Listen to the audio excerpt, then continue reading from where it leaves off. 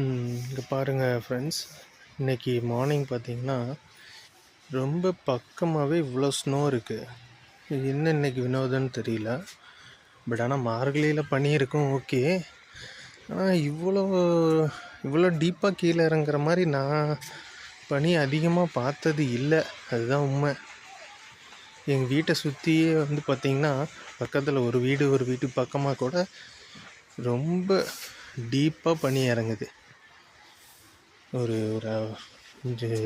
100 feet distance கூட கரெக்டாக கிளியராக விஷுவல் ஆகலை. ஏகப்பட்ட பனி. என்ன ஒரு மாற்றமோ தெரியலையே. It's okay. இது இன்றைக்கி ஸ்பெஷலாக தெரிஞ்சுது. ஸோ ஒரு வீடியோ. மணி 7:46. பட் ஆனால் சூரியன் இன்னும் கதிர்கள் கூட வெளியே வரல.